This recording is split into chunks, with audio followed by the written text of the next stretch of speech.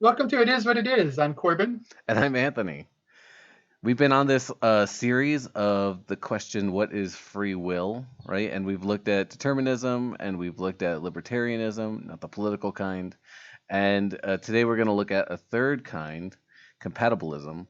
But first, we wanted to talk about the NBA since, it's finals time. At the time of this recording, we are in game three is actually tonight. There's so many people that put emphasis on championship rings, and I never have. And one of the reasons is I feel like it really comes down to a lot of lucky circumstances. So yes, there's you got to have talent, you have to have a good game plan and work effectively as a team. But you also have to either avoid injuries or overcome the injuries at the right point in time. You have to face the teams that are a good matchup for you. Sometimes you can have a lesser team that's just your kryptonite because they've got one player or one feature that they do that messes with your system. And so I've always kind of thought the playoffs are fun. I'm glad that the players are motivated by a championship to play their hardest. But I just really don't care who the winner is because I don't. That's not how I assess the quality of a basketball team or a player. But that being said, it's exciting to see teams try to figure each other out, go after each other night after night, and they have time to game plan for that opponent. And can they figure out a way around it? That's always fun. Yeah, it kind of, I don't know why, but I feel like the NBA playoffs, like the regular season, there's some randomness as to whether a team can win or not. There's some decision making and obviously like some injuries, right? Like your star player gets hurt, then like a team that has like 5 wins on the season could possibly overcome that. And some of it's like excitement over the matchup. Like we could actually beat the Lakers when they're like down 5 men, or some of it's like just sheer randomness. But I think that the playoff narrative, as we've talked about, kind of demonstrates some of these aspects that we've been talking about for the past few weeks. The determinism versus libertarianism versus today's compatibilism. And I don't know anything about compatibilism, so I'd like for you to kind of like help illuminate the pathway for me. All right. Well, we'll see what we can do. So one question that I'm not going to spend a lot of time on, but I think we have to discuss when we're talking about this question of free will, is what does it mean to be the source of actions, the agent? So I think typically in an incompatibilist argument, and incompatibilism says that determinism and free will are incompatible with one another. If one is true, the other is false. So in an incompatibilist picture, either you as an agent have the ultimate say over your actions or you do not. Prior circumstances and effects are going to determine your actions. And so what it means to be the source of your actions or an agent is to be the ultimate source, that nothing can have forced you or chosen for you or determined for you what you are going to do. In a compatibilist picture, that's not necessarily the case. Compatibilism is going to say, no, we can have causal determinism be a real feature of the universe. It's true that everything is causally determined, but also we have something like free agency, free will. And there's different explanations of how that can work, but one important thing is we redefine what it means to be the source of your actions.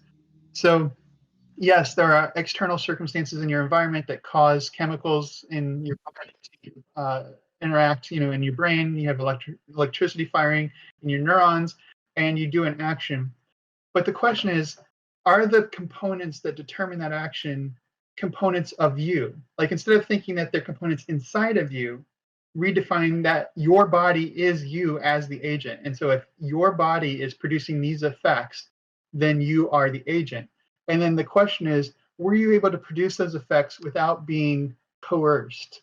So either stopped by or compelled by an external force. So if somebody puts me in a machine that lifts my arm for me, like a full robot, right? It pulls my arm up. That wasn't my action because it wasn't anything in my body that determined that action. But if I raise my arm, then even if it was caused by prior causal effects and causal chains, it's something that happened in my body. And as the agent, nothing forced me other than those prior events. There's no external kind of feature that's causing that. And so I'm the source of my actions. So one of the things in compatibilism is what does it mean to be an agent? That's a really interesting way to frame it, especially because you talked about like one of the things with determinism to me is this like lack of separation between like external and internal forces. You know, like something in the world, like a bear, right, shows up and causes me to be scared. But like that bear and its pheromones uh, induce physiological things in my body that start to do stuff. But thinking about it in terms of, you know, me as a whole entity is an agent versus just like the chemical reactions in my brain or just my consciousness, kind of, I think, maybe helps wrap your head around some of these ideas that we're thinking about today. Yeah, I think part of it is if I am my body, then it's fair to attribute the things that my body does to me instead of thinking about it as something that happens to me. It's something I am doing. So, one question is that enough to constitute free agency or not? And I'm Uh, not going to translate. you said free agency. Are we about to get paid millions of dollars here? Right, right. It is almost the off season, probably sooner than later if the Heat can't pull out the uh, finals here. Yeah. So what do you think? Is that enough to constitute agency in your mind?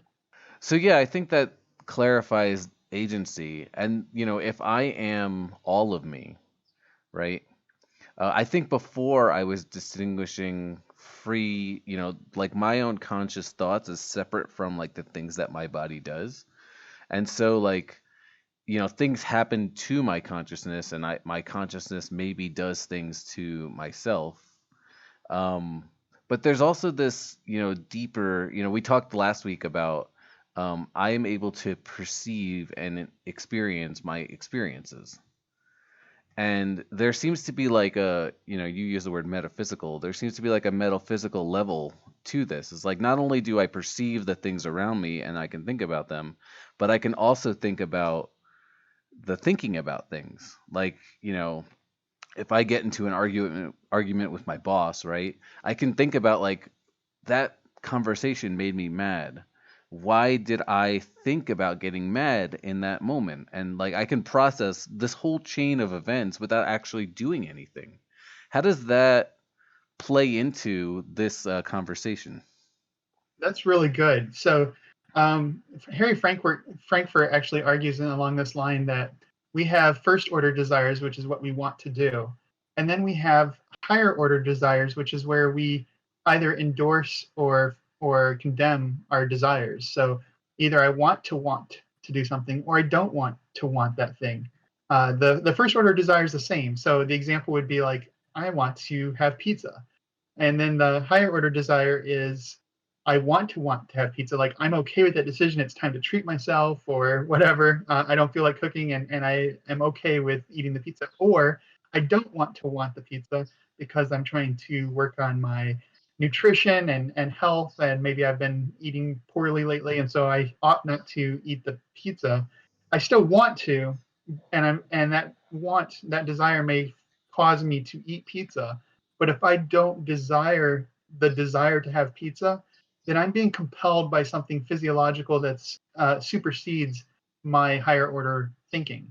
Whereas if I want the pizza, like I don't care, it's time for me to have some pizza. I want that salt and I really want to enjoy it. Then I'm free in the sense that my higher order thinking endorses the actions that my body is taking in response to its environment. It's like you know me because like that whole argument was it felt very pointed in my direction. I always want the pizza, but I also don't want to eat 8 slices of pizza. And yet it happens every time. Yeah. And I mean, this comes in line when we talk about addictions and things like that. Like, um, people feel compelled towards certain desires and actions, and we sometimes from the outside might not differentiate someone who just wants to have pizza versus someone who feels compelled against their will to have pizza, because we're not aware of the internal kind of processes and thoughts that they're having. We just see the action. So one form of compatibilism is to say the freedom aspect is at the higher order level, not at the first order level. That's really interesting. And Um, we had this conversation many weeks ago about decision making with regards to basketball, right? And at that time, I thought about decision making, at least within the context of a game, as something that's sort of subconscious. Like the decisions happen so quickly that you can't actually think about them. But I know for a fact that's not true, right? I play basketball, you play basketball. You know that like there is some moments where like you pull up for a shot, you're wide open, that might be muscle memory kind of thing.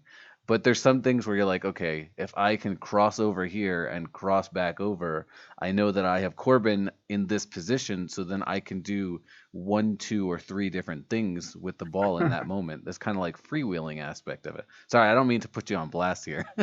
No, no. I know in that moment I'm not going to want to jump at that jump fake, shot fake, but I'm going to anyway. Yeah. And so, I wanted to bring this back to basketball decision making because there's so many nuanced things that happen when you're making decisions in basketball. And I think now because it's the finals, it's like the perfect time to revisit this conversation. Um, you had mentioned something to me earlier about rookie interviews in the context of decision making. Yeah, so uh, pretty much every rookie gets asked, what's the biggest adjustment that you have to make, or what's the biggest change from the basketball you're used to now playing in the NBA? And without fail, it's the speed of the game. Everybody says the game is so much faster. It just comes at you so quickly. And I think one of the things that this kind of reveals, this discussion of compatibilism and higher order thinking, is that maybe we can understand the decision making skill that comes along with being a superstar in the NBA, with that feeling that some rookies or sophomore players talk about the game slowing down for them. Like they catch up to the speed of the game and they're able to think in real time and see more options on the floor and do more things. Maybe that's a matter of something like more experience and exposure to NBA strategies and gameplay allows you to process more of the features of the game in real time. And so you can endorse certain actions or not. So if normally I'm trying to pass the ball into the post, maybe I'm reading the defense better and getting a better sense of the pace of game to realize that's a bad idea. They're baiting me to throw the ball in there. And so now I don't endorse that action and I'm instead endorsing another one. So maybe at kind of that higher order, what is the best decision to make? Maybe that's where that feature of good decision making actually comes in, not at the first order of like what I'm doing physically with the ball. Yeah, I think that allows us also to tease out this idea of habituation. Instead of just running to the corner and dumping it into the post literally every play. And some players do that. You can see that it's been Mhm. coached into them and ingrained into them that they don't really make decisions out there. But you see a guy like LeBron James, who in basketball they use the word options, right? You go down to a certain spot and now you have like four options and you can within the context of a play you can make these options, but the defense does something and the players react to that. And so when we talked about the best decision makers, it's like those who can actually process within the speed of the game, the options that are laid out for them, the normal pattern of habituation that they normally take, and then uh, when people are doing things that are outside of the bounds of the play or the process, they think, oh, there's something else that I can do here that even isn't part of the play. And I think Mhm. that really helps distinguish like the best from like the not best. Does that make sense? It does. So I want to say two things, and I'll try to keep it brief. One is that we could understand this discussion of decision making in terms of libertarianism and say that that demonstration that in real time you can actually make a choice between alternatives is something actually free that the player can do, and so therefore they must have free will in a completely libertarian sense.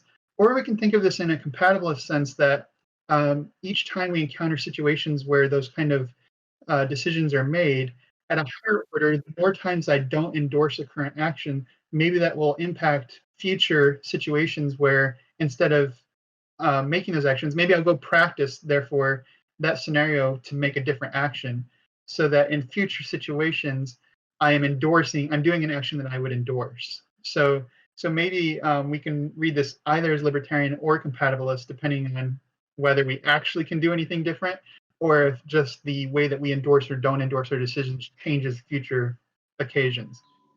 So that's the main issue I wanted to say. And then just secondly is I think it's really neat that we can therefore take the question of determinism off the table in regards to your claim that decision making is what makes a superstar great, because it doesn't really matter what we mean by decision making in a free will sense, as much as we understand that the agent is doing the things that we would attribute to being a good player or not. Yeah, I wanted to. I forgot actually if you had mentioned this idea of like the process of processing the speed of the game. Had we talked about that at all? Not really. I just mentioned that the younger players, say that the game slows down Okay. as they get. But yeah, Yeah. So you had mentioned earlier that the rookies always say the speed of the game is the most challenging thing. And we definitely see players who develop differently. Some players they fall out of the league, and probably it's because they don't adjust to the speed of the game. And some players excel and they turn into LeBron James, Kevin Durant, the like. And we've been saying that they make the best decisions. But the one thing that I think helps make this agency more clear is that when you think about the speed of the game, when you play a game for the first time, especially a high-paced one like basketball. I play a lot of Rocket League, and in the beginning, people were just like driving past me, and I felt like I couldn't do anything in the game. Um, but as you experience more and as you get adjusted to what possible decisions you can make and how your body can react in those situations, you start to think things through. And as you adjust to the speed of the game, you're able to make, your brain is able to process more things. And I don't mean to say your brain separately from our consciousness, but you as an agent are able to make you're able to have more thoughts about what's happening around you. And at some point, imagine at the NBA level, you're able to have thoughts about the thoughts that you're experiencing. So not only are you thinking about what choices you can make, but you're thinking about which choices you should make versus which you shouldn't. And the players who tend to drop out of the league, I would probably argue that they don't ever get to that point. that being said, I do think it's time to summarize and review the three possibilities. And you had brought up an example of pro wrestling that I think is a really good way of kind of tidying up this series. Yeah, I love me some metaphysical discussion of pro wrestling. So if you've never seen pro wrestling before, and Corbin, have you actually ever watched pro wrestling? I have seen a couple of events. Okay. Yeah, it's not something I've sought out or grew up with, but I would be at people's homes and we'd watch it. Yeah, so what's interesting is that the biggest thing that everybody says is wrestling is fake. And that's true to a certain extent, right? It's pre-scripted, yes. So I go into a match, I'm the, determinator versus versus your liberator, and it's prescribed to me like before the match, like okay, the liberator is gonna win this match, and so I have to go in uh, understanding that outcome. But within the match itself, I have to work with you to put on a great performance. And so, we do a bunch of moves, we tell a story throughout the match, and it has to culminate in this one outcome. But the things we do and say during the match, they're not scripted. They're maybe we practice a few things, um, but everything we do is up to our own free will, so to speak. And likewise, in interviews in pro wrestling, we're having an argument. We have to know that it builds up this part of the narrative. But the things that we say and do are unscripted. So I can pull up stuff that maybe some fans don't even know about in your personal history as a way to just like get myself over in that moment, and you can, clap back with something else. And we can just tell this great narrative that builds up our rivalry. But, no matter what, the outcome is still the same. So, given that context, how does this fit into the three worldviews that we've talked about? Yeah, so just to summarize then, under a determinist view, causal determinism, the script that's written in an explicit sense is not the only thing that's determined. So even the freedom that we have to fill in with moves or whatever is going to be caused by, or if you will, scripted by reality. Like the prior events of the environment are going to cause our bodies to do different things that will culminate in actions towards that scripted result. None of that is a choice.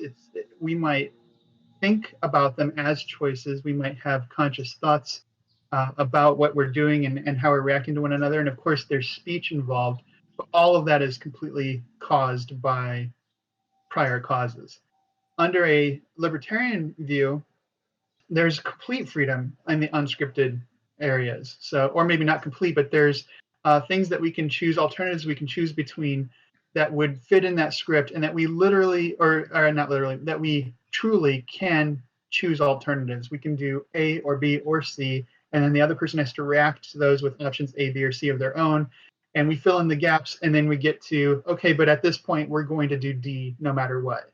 And so there's libertarianism would say it can be scripted and have free will. There's nothing constraining free will, including our willingness to go along with the script or not. Under compatibilism, we have the fact that reality does compel all the actions in the whole course of events of the wrestling match, and the script tells us what the outcome is going to be. But we can endorse or not endorse the actions leading up to that. Like, first of all, I can endorse the outcome of the script, or I can be unhappy with it, but still I'm going to go along with it. So I might feel compelled. I might not feel like I have free will because I don't endorse losing in this match. I think my character should win for the narrative, but I still go along with it. And so, in that sense, I would say I wasn't free. But if I endorse the losing because it's a great story and it's going to culminate in me making a good paycheck or whatever, then I can say I was free to lose in that match, even though it was scripted. And of course, that applies to all the intermediate actions as well. There's actually a term in wrestling, and I can't remember what it's called, but there's like two components to that last bit that you said. One is sometimes when a person doesn't go along with the outcome, they do what's called a squash match, where the player who's supposed the actor who's supposed to win will just totally decimate the other person so that they don't have any chance in like what the outcome is going to be. But likewise, if a person doesn't want to go along with it, but they don't like vocalize that, they do this thing where they basically like don't participate in the match at all and totally like ruin the performance aspect of the wrestling. So I find that it's really interesting that like these like little metaphysical things like leak into the actual performance. Yeah, that's interesting.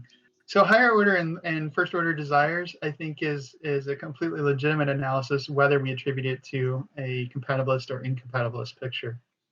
That being said, wrestling is only somewhat fake, folks. And if you disagree with it, well, that's the way it is. Welcome to It Is What It Is, the place where we have to keep a sharp mind every morning to ask the tough questions and to have discussions that are eventually inconsequential. And like that, are you sick of those inconsequential choices? Are you sick of the mundanity of your actions? Well, have we got the product for you? We'll eventually eat them. But do you really want to? Welcome to It Is What It Is. Is it what it is? It is what it is. Starring. I'm Corbin. I'm Anthony. And today we're And talking. Today we're talking over each other. Did we want to? Do we care? Did we choose to do it? Who knows?